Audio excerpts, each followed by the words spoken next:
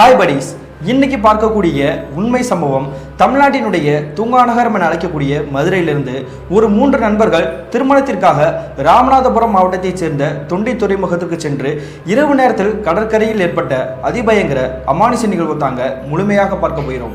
இன்னைக்கு பார்க்கக்கூடிய இந்த வீடியோவும் கொஞ்சம் கூட த்ரில்லிங் மற்றும் அமானுஷம் குறையாமல் நீங்கள் அப்படியே எதிர்பார்க்கலாங்க.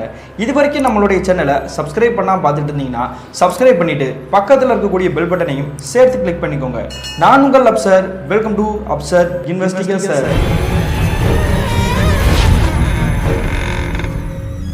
நான் ஏற்கனவே சொன்ன மாதிரி தமிழ்நாட்டினுடைய ராமநாதபுரம் மாவட்டத்தைச் சேர்ந்த தொண்டி துறைமுகத்தில் நடந்த ஒரு திகில் நிகழ்வு தாங்க இன்றைய நிகழ்வு. இந்த சம்பவம் நடந்த காலகட்டம் தோராயமாக 2008 காலகட்டம் தாங்க. இந்த சம்பவத்தை நமக்கு மின்னஞ்சல் மூலியமாக ஷேர் பண்ணியது கிச்சா அப்படின்றவர் தாங்க. இது இவருக்கு நடந்துச்சான்னு பார்த்தீங்கன்னா ஆமாங்க, இவருக்கும் இவருடைய நண்பருக்கும் நடந்ததாங்க இந்த சம்பவம். அப்படி என்ன நடந்துச்சுன்னு பார்த்தீங்கன்னா கிட்டத்தட்ட 2008 காலகட்டத்தில் இந்த மின்னஞ்சலை ஷேர் பண்ணி கிச்சா அப்படிங்கிறவர் மதுரையிலிருந்து ஒரு குறிப்பிட்ட பகுதியில் அமைந்திருக்கக்கூடிய ஒரு ஆர்ட்ஸ் காலேஜில் தாங்க தேர்ட் இயர் படிச்சுட்டு இருந்திருக்கிறாரு. இவருடைய குடும்பத்தை பற்றி சொல்லணும்னா அப்பா அம்மா, இந்த கிட்ஸா, இவருக்கு ஒரு அண்ணன் இருந்திருக்காருங்க. அவருக்கு திருமணமாகி குழந்தைகளோட தாங்க கூட்டு குடும்பமாக வாழ்ந்துட்டு இருந்திருக்கிறாங்க. அந்த சமயத்தில் தான் இவருடைய கல்லூரியில் படிக்கக்கூடிய இன்னும் ஒரு 2 நண்பர்கள் நெருக்கமாக இருந்திருக்கிறாங்க. அந்த 2 நண்பர்களுடைய பேர் சதீஷ் மற்றும் முருகானந்தம் தாங்க.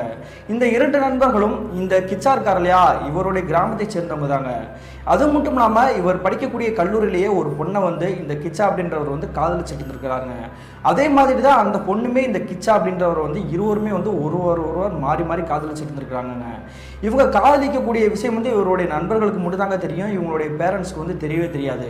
அந்த சமயத்தில் தாங்க தேர்ட் இயர் படிச்சுட்டு இருக்கும் பொழுது ஃபைனல் இயர் எக்ஸாம் வைப்பாங்க இல்லையா, அந்த நேரத்தில் வந்துட்டு இந்த கிச்சாவுடைய காதலி வந்து இவர்கிட்ட வந்து நெருங்கி ஒரு விஷயத்தை வந்து சொல்ல வராங்கங்க. அவங்களுடைய பேர் வந்து மென்ஷன் பண்ண வேணாம் அப்படின்னு சொன்னனால தாங்க நான் மென்ஷன் பண்ணலை. அப்படி என்ன சொல்லிக்காங்க பார்த்தீங்கன்னா, என்னுடைய வீட்டில் வந்து எனக்கு வந்து மாப்பிள்ளை பார்த்துட்டு இருக்காங்கடா, நீ வந்து மாப்பிள்ளை பார்த்து கல்யாணம் பண்ணதுக்கப்புறம் கூட வந்து உன்னுடைய படிப்பை வந்து தொடர்ந்து நீ வந்து ஜாயின் பண்ணிக்கோ, எந்த பிரச்சனையும் கிடையாது, அதனால நீ திருமணத்துக்கு வந்து அக்செப்ட் பண்ணிக்கோ அப்படின்ற மாதிரி தான் சொல்கிறாங்க. எனக்கு ரொம்ப பயமாக இருக்குது, நீ வேணா உன்னுடைய குடும்பத்துக்கிட்ட வந்து சொல்லி நம்ம இருவருடைய காதலை வந்து புரிய வச்சு உன்னுடைய வீட்டாரை வந்து என்னுடைய வீட்டுக்கு வந்து பொண்ணு கேட்டு வர சொல்கிறா அப்படின்ற மாதிரி தாங்க சொல்கிறாங்க. ஆனால் இதை கேட்ட உடனே இந்த கிச்சா அப்படின்றவர் வந்து என்ன சொல்கிறாருன்னா, நான் போய் என்னத்தை பேசுறது, என்னுடைய அண்ணன் வந்து பேங்க் வேலை பார்த்துட்டு நல்ல நிலைமையில வந்ததுக்கு பிறகுதான் வந்து திருமணமே பண்ணான், அதனால அவங்ககிட்ட நான் எதுவும் பேச முடியாது, நான் என்ன சொன்னாலுமே வந்து கோவப்படுவான், என்னுடைய அப்பா அம்மாவுமே வந்துட்டு அக்செப்ட் பண்ண மாட்டாங்க, நான் வந்து இப்போ தான் காலேஜ் தேர்ட் இயர் படிச்சுட்டு இருக்கிறேன், ஒரு நல்ல ஜாப்புக்கு நல்ல நிலைமைக்கு வந்ததுக்கு பிறகு தான் வந்து நானே திருமணம் பண்ணலான்னு இருக்கேன், நீ இப்போதைக்கு என்ன பண்ணுறேன்னா அந்த வராரு இல்லையா மாப்பிள்ளை, அவரை பார்த்துட்டு பிடிக்கல அப்படின்ற மாதிரி சமாளித்து தட்டி விட்டுரு அப்படின்ற மாதிரி தாங்க சொல்கிறாரு. இதை கேட்ட உடனே அந்த பெண்மணி வந்து கோவத்தோட, சரி நீ என்னமோ பண்ணிக்கோ, நான் சொல்லக்கூடிய விஷயத்த வந்து நீ வந்து பெருசாகவே எடுத்துக்கல, பார்த்துக்கோண்டா அப்படின்ற மாதிரி தாங்க கிளம்பி போயிருக்கிறாங்க. அதன் பிறகு அந்த ஃபைனல் எக்ஸாம்லாம் முடிச்சுட்டு 1 மாத காலகட்டங்கள் விடுமுறை விட்டுருக்காங்க. அப்படி விடுமுறையில் தான் இந்த கிச்சா அப்படின்றவர் மட்டும் இல்லாமல் இவருடைய 2 நண்பர்களும் இவங்களுடைய ஊரில் தாங்க இருந்திருக்காங்க. கிட்டத்தட்ட 1 மாத காலகட்டத்துக்கு பிறகு தாங்க இவருக்கு வந்து பேரிடி விழுக காத்திருந்துருக்குது. என்ன நடந்திருக்கு பார்த்தீங்கன்னா, இவருடைய காதலி வந்து எக்ஸாம் முன்னாடி வந்துட்டு சொல்லிட்டு போனாங்க இல்லையா, அதன் பிறகு வந்து இவர்கிட்ட வந்து பேசவே கிடையாதுங்க. ஒருவேளை கோபத்தில் இருக்கிறா போல, அதுக்கப்புறம் நம்ம பார்த்து பேசிக்கலாம் அப்படின்ற மாதிரி தாங்க இவரும் இந்த பிரச்சனையை வந்து பெருசாகவே எடுத்துக்கல. ஆனால் அவங்க போனதுக்கான காரணம் என்னன்னு பார்த்தீங்கன்னா, அவங்க வீட்டில் சொல்லக்கூடிய அந்த மாப்பிள்ளை வந்து திருமணம் பண்ணிட்டு வேற ஒரு ஊரில் போய் செட்டில் ஆகியிருக்காங்க. இப்படி தன்னுடைய காதலிக்கு வந்து வேற ஒரு நபரோட திருமணம் நடந்துருச்சு அப்படின்ற மாதிரி தாங்க நினச்சிட்டு மனம் உடைஞ்சு போயிருக்கிறாருங்க இந்த கிச்சா அப்படின்றவர். அதன் பிறகு வந்து தண்ணி அடிச்சுக்கிட்டு தான் என்ன பண்ணுறேன் அப்படின்றதே தெரியாத மாதிரி தாங்க லூசு மாதிரி சுற்றிட்டு இருந்துக்கிறாருங்க. ஒரு கட்டத்துக்கு பிறகு என்ன பண்ணியிருக்காருன்னா, இவருடைய வீட்டில் கிச்சனில் இருக்கக்கூடிய ஒரு கத்தி எடுத்துட்டு இவருடைய கையை வந்து அறுத்துக்க போகிறேன், நான் தற்கொலை பண்ணிக்க போகிறேன் அப்படின்ற மாதிரி தாங்க வான் பண்ணி மிரட்டி இருக்கிறாருங்க. இதை பார்த்துட்டு தான் எங்களுடைய குடும்பத்தினர் வந்து இவரை வந்து எப்படி நம்ம சொல்லி புரிய வைக்கிறது தெரியலையே அப்படின்ற மாதிரி தாங்க மொழி பிதுங்கி நிற்கிறாங்க. அதன் பிறகு இவருடைய நண்பர்கள் இருவருமே கூப்பிட்டுட்டு, உங்களுக்கு வந்து முன்னாடியே தெரியுமா, இவன் காதலிக்கக்கூடிய விஷயம் வந்து தெரிஞ்சிச்சுன்னா முன்னாடி சொல்லிக்க வேண்டியதானே, நம்ம அதுக்கு ஏதாவது ஒரு ஏற்பாடு பண்ணியிருப்போம்ல அப்படின்ற மாதிரி தாங்க சொல்கிறாங்க.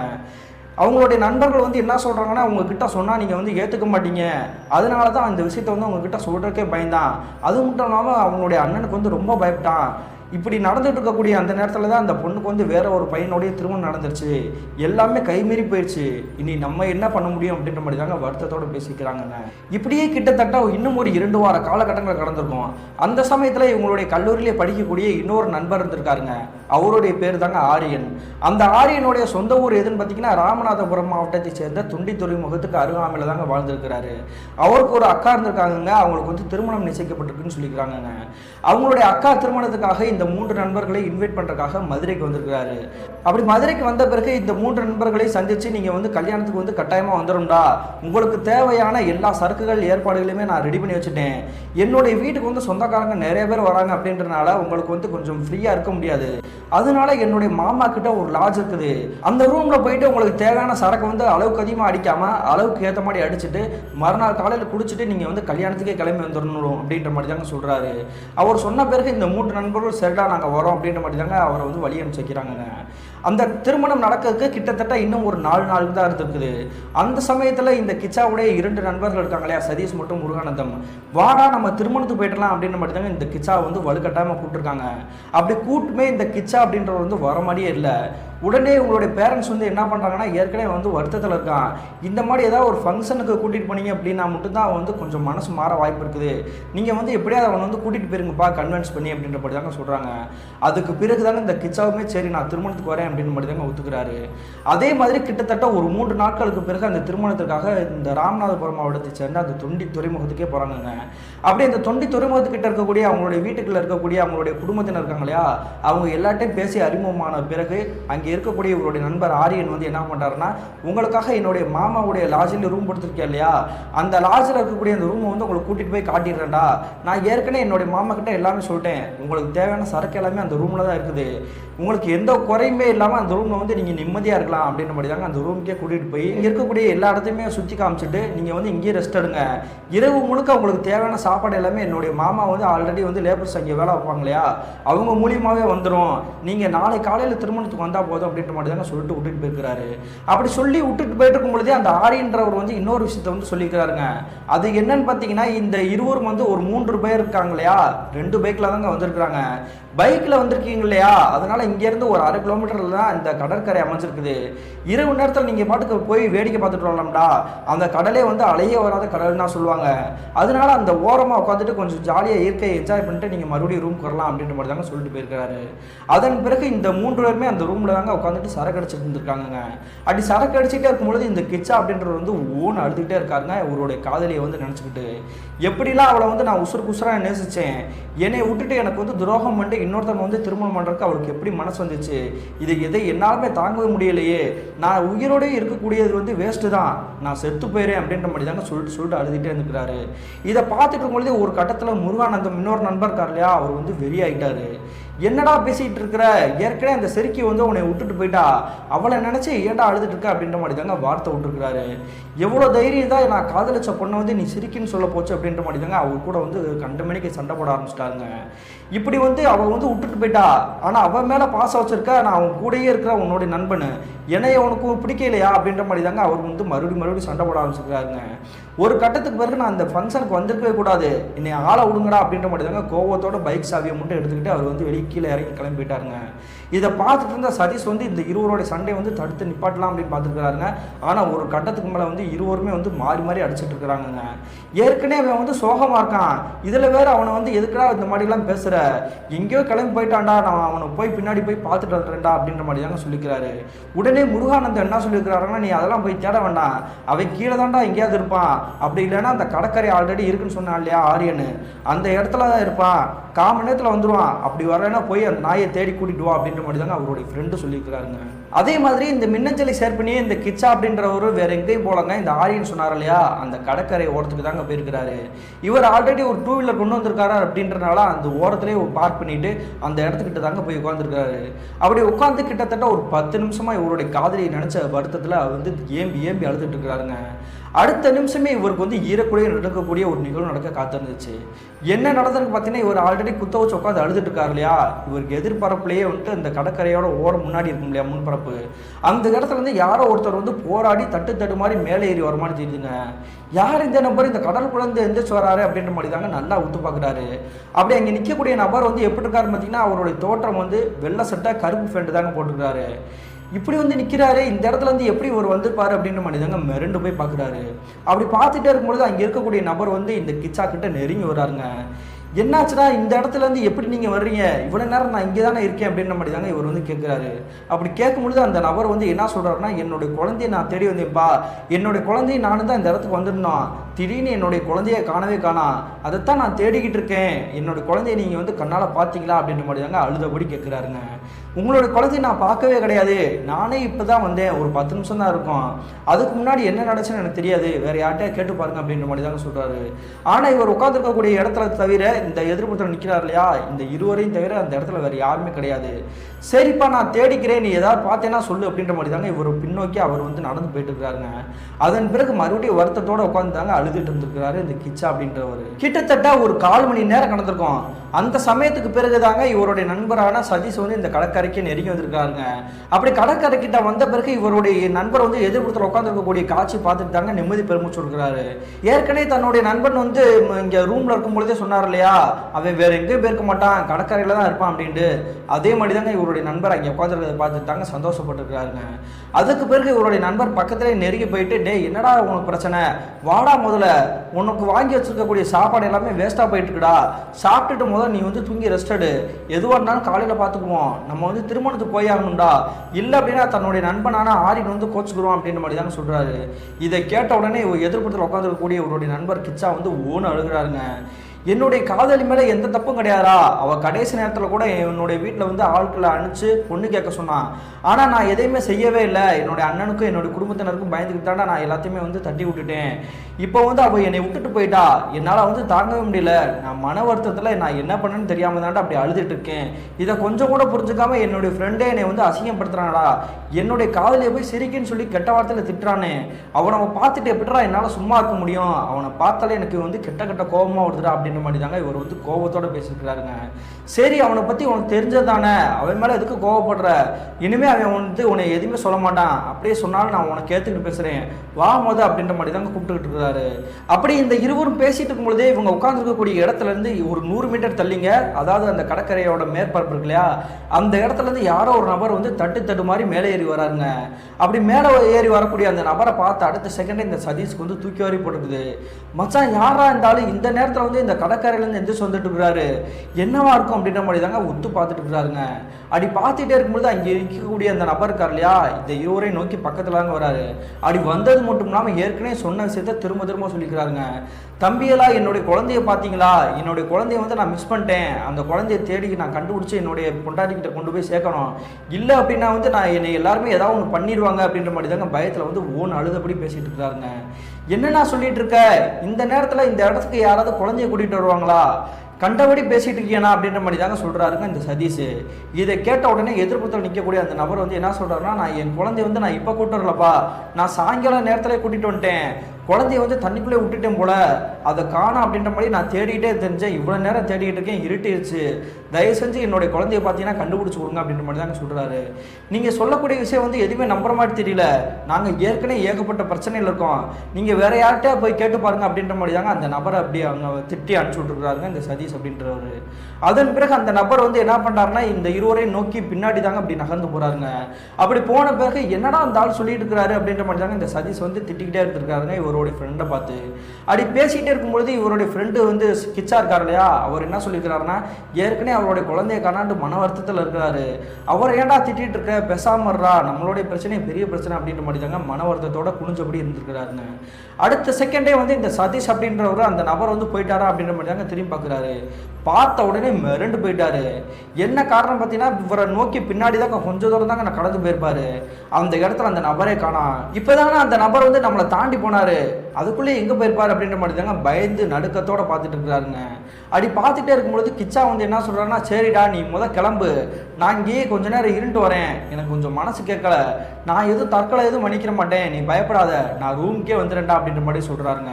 அப்படி சொல்லிகிட்டே இருக்கும் பொழுது இவருடைய நண்பர் சதீஷ் வந்து என்ன சொல்கிறாருன்னா, உன்னை நம்பிலாம் என்னால் விட்டுட்டு போக முடியாது, உன்னுடைய அப்பா அம்மா வந்து என்னை வந்து பத்திரமா பார்த்துக்கணும் அப்படின்னு சொல்லி தான் கூட அனுப்பிச்சி வச்சாங்க, ஏற்கனவே நீ கத்தி வச்சு கையை அறுத்தவன் தானே, உன்னை நான் எப்படி நம்பி விட்டுட்டு போக முடியும் அப்படின்ற மாதிரி தாங்க பேசிட்டு இருக்கிறாரு. அப்படி பேசிகிட்டு இருக்கும்பொழுது இவருடைய முதுகு பின்புறமாக இருந்துட்டு யாரோ ஒரு நபர் வந்து, தம்பி ஒரு நிமிஷம் திரும்பி பாருங்க அப்படின்ற மாதிரி தாங்க கேட்குது ஒரு குரல். இந்த குரலை கேட்ட உடனே சதீஷ் வந்து டக்குன்னு திரும்பி பார்க்குறாரு. திரும்பி பார்க்கும்பொழுது இவருக்கு ஈரக்கூட நடுங்கி போயிடுச்சுங்க. என்ன நடந்திருக்கு பார்த்தீங்கன்னா, ஏற்கனவே ஒரு வெள்ளை சட்டை போட்டு கருஃபேண்டோட ஒரு நபர் இருந்தார் இல்லையா, அதே நபர் தாங்க இவருடைய முதுகுக்கு பின்புறமாக நிற்கிறாருங்க. என்னுடைய குழந்தைய வந்து பார்த்தீங்களா, நான் இவ்வளோ நேரம் தேடி தேடி பார்த்துருக்கேன், என்னுடைய கண்களுக்கு வந்து தட்டுப்படவே இல்லை, தயவு செஞ்சு உங்களுக்கு தெரிஞ்சால் வந்து நீங்கள் காட்டி கொடுத்துருங்க அப்படின்ற மாதிரி தாங்க சொல்கிறாரு. இதை கேட்ட உடனே சதீஷ்க்கு வந்து கோபம் வந்து தலைக்கு ஏறிடுச்சுங்க. யோ உனக்கு என்னையா பிரச்சனை, நாங்கள் ஏற்கனவே ஏகப்பட்ட பிரச்சனையில் இருக்கிறோம், சும்மா சும்மா வந்து எங்களை வந்து நோண்டிட்டு இருக்காத, பக்கத்தில் வந்துன்னா தூக்கி போட்டு மீச்சு போடுவேன் அப்படின்ற மாதிரி தாங்க இந்த சதீஷ் சொல்லிக்கிறாரு. அதன் பிறகு எதிர்ப்பு நிற்கக்கூடிய அந்த நபர் வந்து கோபத்தோட ஆக்ரோஷமான ஒரு முகத்தோட்டத்தோடு வச்சுக்கிட்டு அப்படியே மெல்ல மெல்ல நகர்ந்து போய்க்கிறாருங்க. இவனுக்கு என்னதான்டா பிரச்சனை, ஏன்டா அப்படி பாலா படிச்சுக்கிட்டு இருக்கிறான், நீ வா, கிளம்பி வா, நேரமே சரியில்லை அப்படின்ற மாதிரி தாங்க இவருடைய ஃப்ரெண்டை கூப்பிட்டு இருக்கிறாரு. அப்படி ஃப்ரெண்டை கூப்பிட்டு பேசிகிட்டே இருக்கும்போது இவருடைய முதுகு பின்புறமாக ஏதோ கல் வந்து உழுகுற மாதிரி தெரிஞ்சுக்குது. கல் உழுகுது அப்படின்ற மாதிரி தாங்க டக்குன்னு திரும்பி பார்க்குறாரு. திரும்பி பார்த்தா அந்த இடத்துல யாருமே காணோம். அப்புறம் எப்படி நம்மளுடைய முதுகில் வந்து கல் போட்டிருக்கோம் அப்படின்ற மாதிரி தாங்க அங்கிட்டு சுற்றி பார்த்துருக்காரு. அப்படி பார்த்துட்டே இருக்கும்பொழுது இந்த இருவருடைய வாழ்க்கையிலையும் மறக்கவே முடியாத காட்சி கண்கள் முன்னாடி தெரிஞ்சிருக்குது. என்ன நடந்ததுன்னு பார்த்தீங்கன்னா, இவங்க ஆல்ரெடி எதிர்ப்புறத்துலேருந்து அந்த கடல் ஓரத்தில் வந்து ஒரு நபர் எந்திரிச்சு வந்தார் இல்லையா, அதே இடத்துல இருந்தாங்க அந்த நபர் வந்து கடல்லேருந்து தட்டு மாதிரி எந்திரிச்சு வந்துட்டு இருக்கிறாரு. என்னடா அது, இப்போதான்டா பின்னோக்கி போனார், மறுபடியும் எப்படா கடல்லேருந்து எந்திரிச்சு வர முடியும் அப்படின்ற மாதிரி தாங்க ரெண்டு பேரும் மிரண்டு போய் பார்த்துட்டு இருக்கிறாங்க. அதன் பிறகு அங்கே இருக்கக்கூடிய நபர் வந்து என்ன சொல்கிறாருன்னா, தம்பியலா என்னுடைய குழந்தைய பார்த்தீங்களா, அதை வந்து எப்படியாவது கண்டுபிடிச்சி கொடுங்க, நான் குழந்தைய வந்து கூட்டிகிட்டு என்னுடைய மனைவி கிட்ட கொண்டு போய் விடணும், இல்லை அப்படின்னா எல்லாரும் சேர்ந்து என்னை வந்து அடிச்சே கொண்டுருவாங்க, எனக்கு பயமாக இருக்குது அப்படின்ற மாதிரி தாங்க ஓன்னு அழுதுக்கிறாரு. நானும் பார்த்துட்டே இருக்கேன், நீ சொன்னதே திரும்ப திரும்ப சொல்லிட்டு இருக்க, உன்னை வந்து சும்மா விட மாட்டேன்னா, உன்னை அடிக்காம விட மாட்டேன்னா அப்படின்ற மாதிரி தாங்க கோபத்தோட இந்த சதீஷ் அப்படின்றவர் வந்து என்ன பண்ணிக்கிறாருன்னா, அங்கே எதிர்ப்புறத்தில் நிற்கிறார் இல்லையா அந்த நபரோடைய அப்பா அம்மாவை இழுக்கிற மாதிரி கெட்ட வார்த்தையை திட்டிக்கிட்டு எதிர்ப்புறத்தில் இருக்கக்கூடிய அந்த நபரோட சண்டை போடலாம் அப்படின்றக்கா பக்கத்தில் போயிட்டாருங்க. இதை பார்த்துட்டு இருந்த இந்த கிச்சா அப்படின்றவர் வந்து, மச்சான் வேணாம்டா, ஒரு விடுறா, பாவம்டா, வயசான ஆள் மாதிரி தெரியுறா அப்படின்ற மாதிரி எவ்வளவோ சொல்லிக்கிறாருங்க. அப்படி சொல்லியுமே இந்த நபர் வந்து கேட்கவே கிடையாது. அது மட்டும் இல்லாமல் இந்த கிச்சாவுடைய நண்பர் சதீஷ் வந்து என்ன பண்ணிக்கிறாருன்னா, எதிர்ப்புறத்தில் நிற்கக்கூடிய அந்த நபருடைய பக்கத்திலே நெருங்கி போயிட்டாருங்க. அப்படி போன பிறகு தாங்க வாழ்க்கையிலே மறக்கவே முடியாத ஒரு காட்சி கண்கள் முன்னாடி தெரிஞ்சுக்குது. என்ன நடந்திருக்கு பார்த்தீங்கன்னா, ஏற்கனவே இவ்வளோ நேரம் பேசிட்டு இருந்த அந்த நபர் வந்து ஏதோ ஒரு மனிதன் தான் நினச்சிட்டு இருந்தாங்க. ஆனால் அப்படி பக்கத்தில் போன பிறகு தாங்க தெரியுது, அங்கே பக்கத்தில் இருக்கக்கூடிய அந்த நபர் வந்து ஒரு மனிதனே கிடையாது, ஏற்கனவே இறந்து போன சடலம் அல்லது ஒரு ஆன்மா அப்படின்றது. என்ன காரணம் பார்த்தீங்கன்னா, இங்கே நிற்கக்கூடிய அந்த மர்ம நபர் இருக்கார் இல்லையா, அவருடைய முகத்தோற்றம் பூரா அப்படியே உப்பி போன மாதிரி தாங்க இருந்திருக்குது. வெள்ளை அடிச்சு போன மாதிரி கண்கள் பூரா பளிர்னு தெரிஞ்சுக்குதுங்க. இதை பார்த்து அடுத்த செகண்டே வந்து ஆணு கத்துக்கிட்டு அவருடைய நண்பர் சதீஷ் வந்து ஓட ட்ரை பண்ணிக்கிறாருங்க. அந்த ஆன்மாவுடைய தோற்றத்தை வந்து இங்கே பக்கத்தில் உட்காந்து இருக்கக்கூடிய கிச்சாவுமே நல்லா பார்த்துட்டாரு. டே மச்சான், எனக்கு என்னமோ தப்பா தெரியுதுடா, வாடா அப்படின்ற மாதிரி தாங்க பயத்தில் அலறி அடிச்சு கத்திட்டு இருக்கிறாருங்க. அப்படி கத்திட்டே இருக்கும்பொழுது அங்கே நிற்கக்கூடிய அந்த மர்ம உருவம் இருக்கு இல்லையா, அப்படியே கருன்னு ஒரு கரிய உருவமாக மாற ஆரம்பிச்சுக்குது. அப்படியே கோரமான தோட்டத்தோட மாறின உடனே என்ன பண்ணியிருக்குன்னு பார்த்தீங்கன்னா, அவர் பக்கத்தில் நிற்கக்கூடிய அந்த அவருடைய நண்பர் சதீஷ் இருக்கார் இல்லையா, அவரை பிடிச்சி அப்படி தலையை பிடிச்சி தண்ணிக்குள்ளே அமைக்கிருக்குதுங்க. தன்னுடைய நண்பனை ஏதோ பண்ண பார்க்குதே, ஏதோ கொலை பண்ணுற மாதிரி ட்ரை பண்ணுதே அப்படின்ற மாதிரி தாங்க மிரண்டு போய் பார்த்துருக்குறாரு. இந்த காட்சியை பார்த்துட்டு இருந்த இந்த கிச்சாவுடைய நண்பர் சதீஷ்க்கும் சரி, இந்த கிச்சாவுக்கும் சரி, ஈரக்குலையும் நடுங்கி போயிடுச்சு.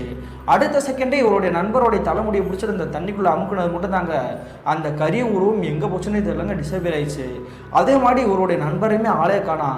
தன்னுடைய நண்பன் எங்கே போனா அப்படின்ற மாதிரி தாங்க பயந்தபடி அங்கிட்டு இங்கிட்டு தேடிக்கிட்டே இருக்காருங்க. அவருடைய பேரை சொல்லி கூப்பிட்டுக்கிட்டு, சதீஷ் எங்கடா போன, நீ எங்கடா இருக்க அப்படின்ற மாதிரி தாங்க பயத்தில் அழுதபடி தேடிக்கிட்டு இருக்காருங்க.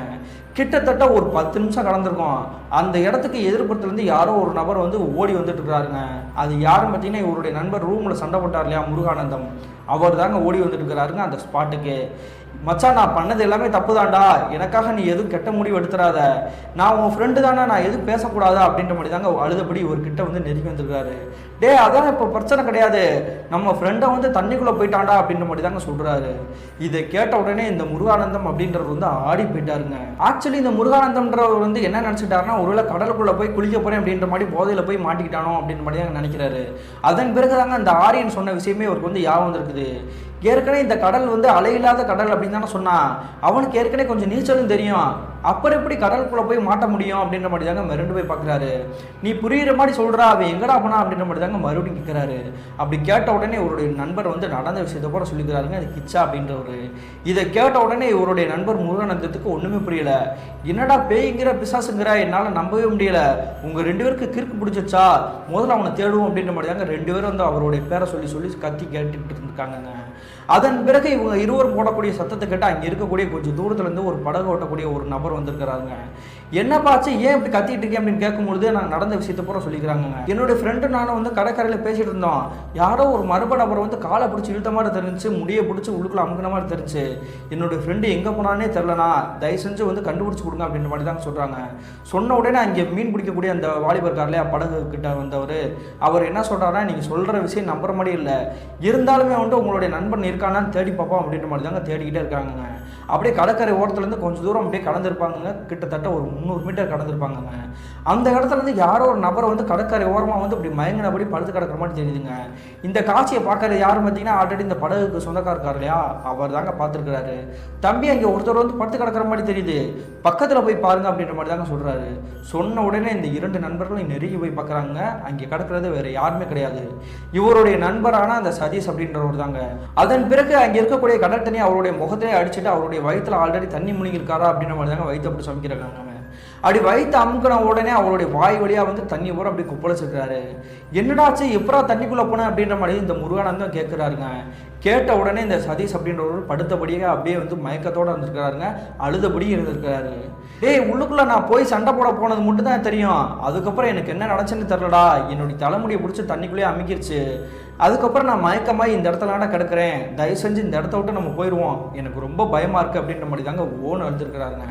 இதை பார்த்துட்டே இருந்தால் இங்கே படகுக்கு சொந்தக்காரர் வந்து என்ன பண்ணுறாருன்னா, சரி இவங்க குடிபோதையில் இருப்பாங்க போல, அதனால தான் இந்த மாதிரி பேசிகிட்டு இருக்கிறாங்க, சரி இந்த இடத்த விட்டு கிளம்புப்பா அப்படின்ற மாதிரி தாங்க இந்த 3 பேரையும் வந்து வழி அனுப்பிச்சு வச்சுருக்காருங்க. அதுக்கு பிறகு தாங்க இந்த 3 பேருமே அந்த லாட்ஜுக்கே வந்து அவங்களுடைய ரூம்க்கே போய் உள்ளே போய் படுத்துருக்குறாங்க. அப்படி ரூமுக்கு வந்த பிறகு இந்த கிச்சாவும் சரி இந்த சதீஷும் சரி பயந்தபடி நடுக்கத்தோட தாங்க இருந்திருக்காங்க. இந்த காட்சியை பார்த்துட்டு இருந்தால் முருகானந்தம், என்னடாச்சு உங்கள் 2 பேருக்கும், ஏன் இப்படி ஒரு மாதிரி வந்து பயந்தபடி இருக்கீங்க அப்படின்ற மாதிரி கேட்குறாங்க. அப்படி கேட்ட பிறகு மறுபடியும் ஏற்கனவே அந்த கடற்கரையில் நடந்துச்சு இல்லையா, அதே விஷயத்தை தாங்க சொல்லிக்கிறாங்க. சொன்ன பிறகு முருகானந்தம் கண்ட மணிக்கு திட்ட ஆரம்பிச்சிட்டாரு. என்னடா பேச்சு பேசிட்டு இருக்கீங்க, போதையில் நீங்கள் போய் கடற்கரையில் போய் விழுந்துட்டு வந்ததுக்கு நீங்கள் பேய் பிசாசுன்னு அடிச்சு விட்டுருக்கீங்க, நீங்கள் முதல்ல வந்து தூங்கி ரெஸ்ட் எடுங்க, காலையில் நம்ம திருமணத்தை மட்டும் அக்செப்ட் பண்ணிவிட்டு அந்த திருமணத்தை முடிஞ்சதுக்கு பிறகு நம்ம வந்து ஊருக்கு கிளம்புவோம் அப்படின்ற மாதிரி தாங்க சொல்கிறாரு. அதன் பிறகு இந்த இருவருமே வந்து விடிய தூங்காமல் தான் இருந்திருக்கிறாங்க. மறுநாள் காலையில் விடிஞ்ச பிறகு குளிச்ச உடனே வந்து இந்த திருமணத்தை போய் அட்டன் பண்ணிடணும் அப்படின்ற மாதிரி தாங்க இந்த 3 பேரும் கிளம்பி இருக்கிறாங்க. அப்படி திருமணத்துக்கு போன பிறகு அங்கே இருக்கக்கூடிய அவருடைய நண்பரான ஆரியன் கிட்ட நடந்த எந்த விஷயத்தையுமே சொல்லவே இல்லை.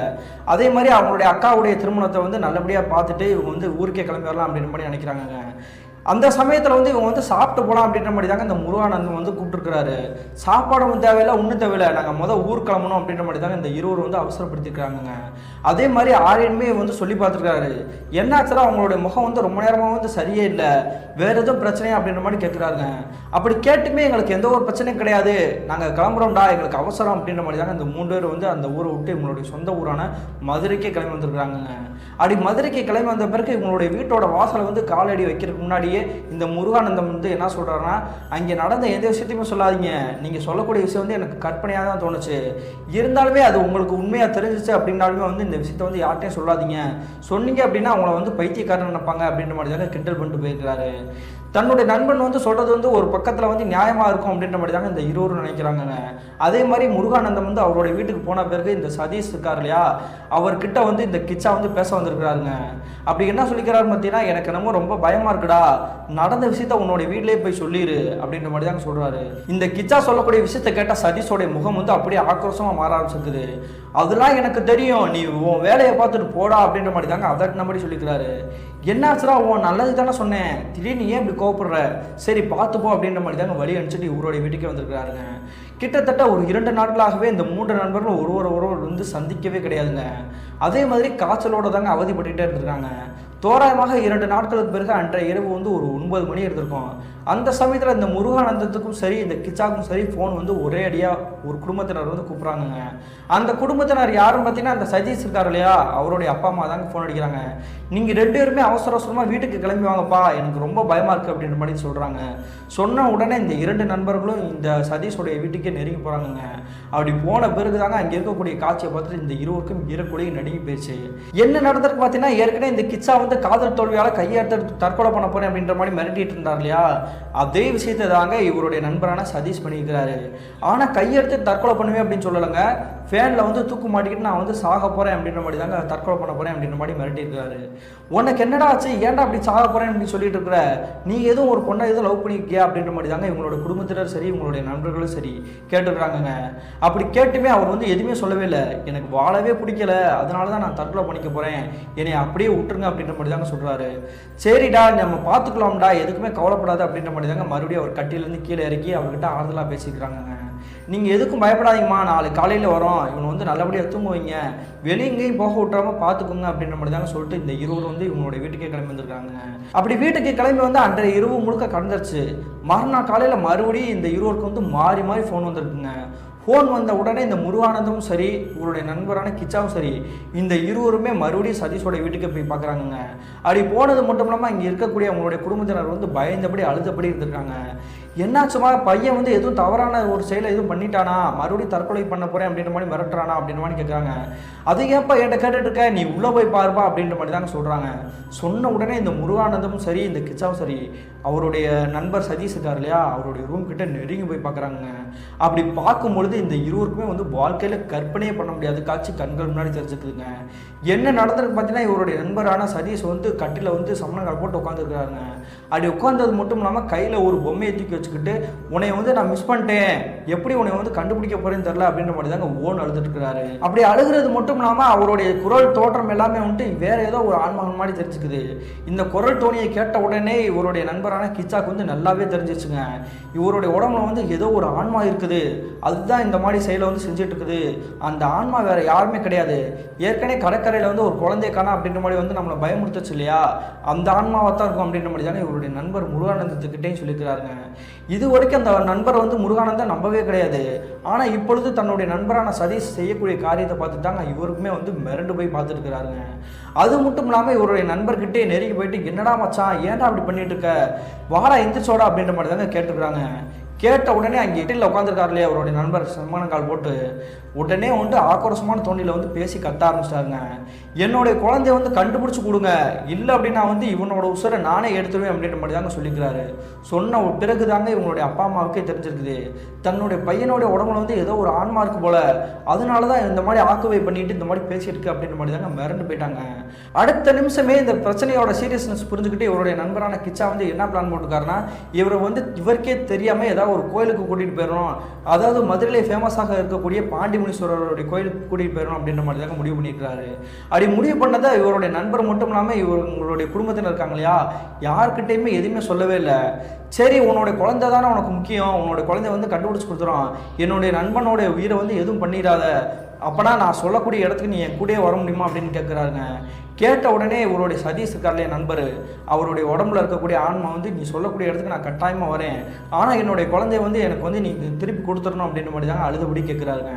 கேட்ட உடனே சரி வா அப்படின்ற மாதிரி தாங்க அவர் வந்து கைத்தாங்கலாம் கூட்டிகிட்டு வந்துட்டு வெளியே ஒரு கார் வந்து டிராவல் போகக்கூடிய ஒரு காரை வந்து வழிமறிச்சு நிப்பாடிக்கிறாங்க.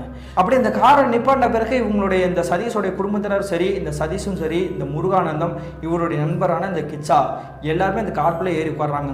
அப்படி ஏறி உட்காந்ததுக்கு பிறகு இவருடைய நண்பரான இந்த கிச்சா வந்து என்ன பண்ணுறாருன்னா, இந்த டிரைவர்கிட்ட மட்டும் மறைமுகமாக ஒரு விஷயத்தை சொல்கிறாரு, இப்போ நம்ம வந்து பாண்டி கோயிலுக்கு தான் போகிறோம், ஆனால் நம்ம பாண்டி கோயிலுக்கு போகக்கூடிய விஷயம் வந்து உள்ளுக்குள்ளே இருக்கக்கூடிய யாருக்குமே தெரியக்கூடாது, நீங்கள் தான் கவனமாக அந்த இடத்த கொண்டு போய் எங்களை வந்து சேர்க்குறோம், அதுதான் உங்களுடைய கடமை அப்படின்ற மாதிரி சொல்லிக்கிறாருங்க.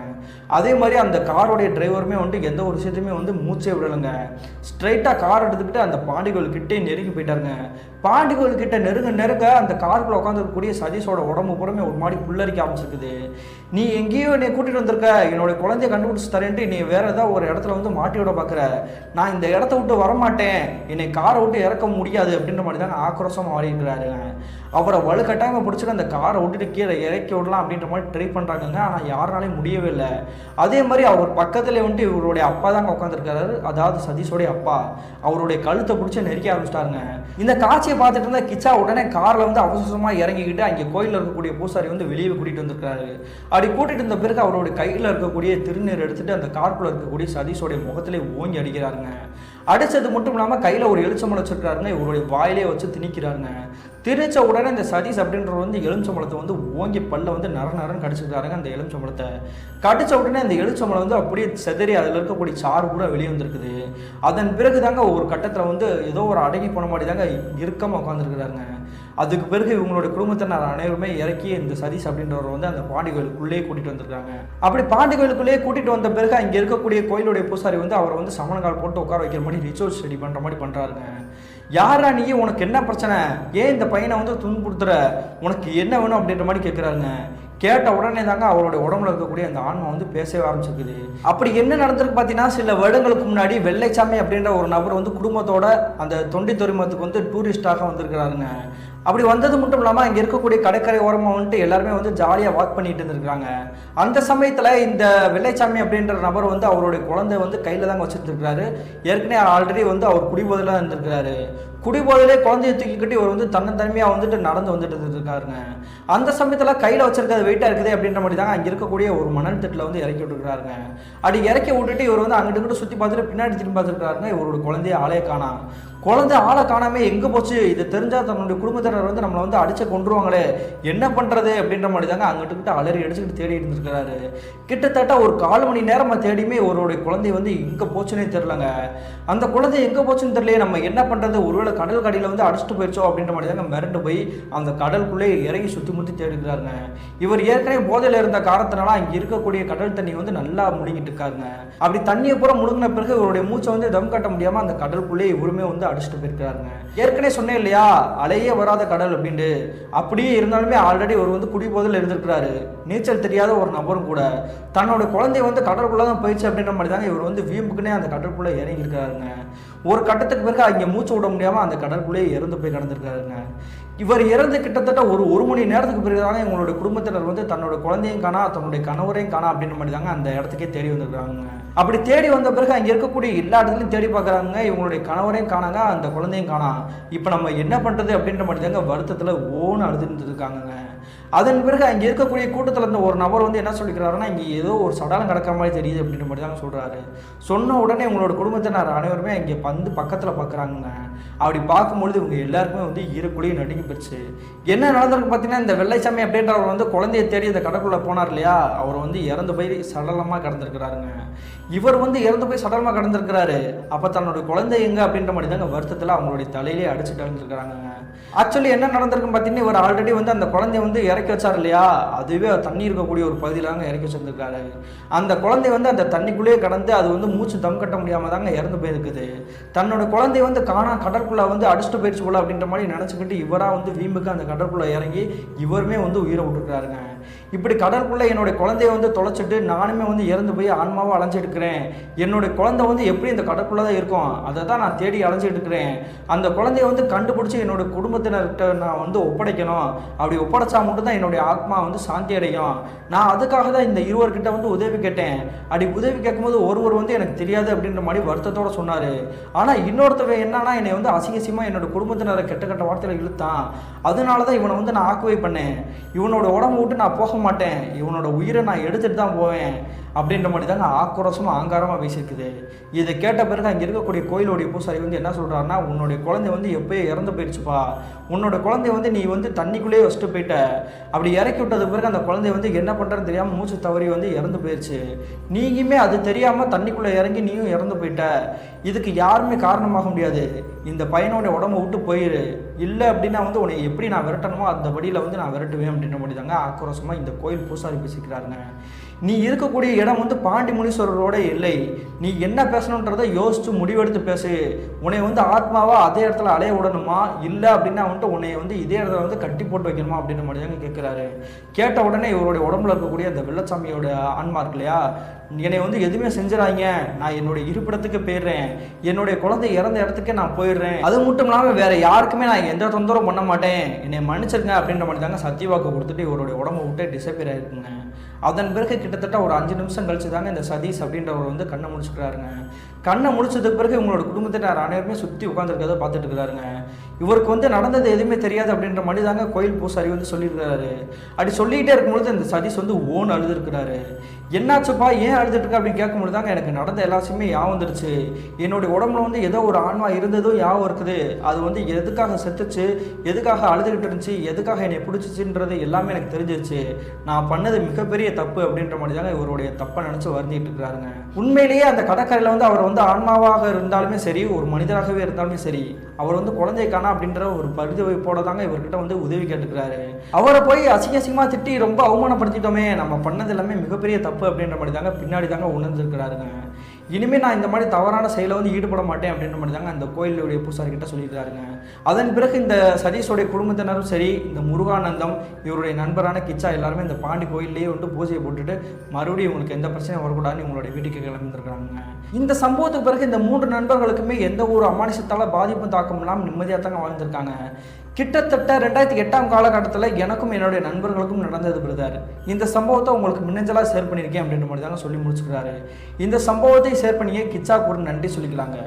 மீண்டும் இது போன்ற தரமான த்ரில்லான சுவாரஸ்யமான நிகழ்வுடன் உங்களை சந்திக்கும் வரை நான் உங்கள் அப்சர்.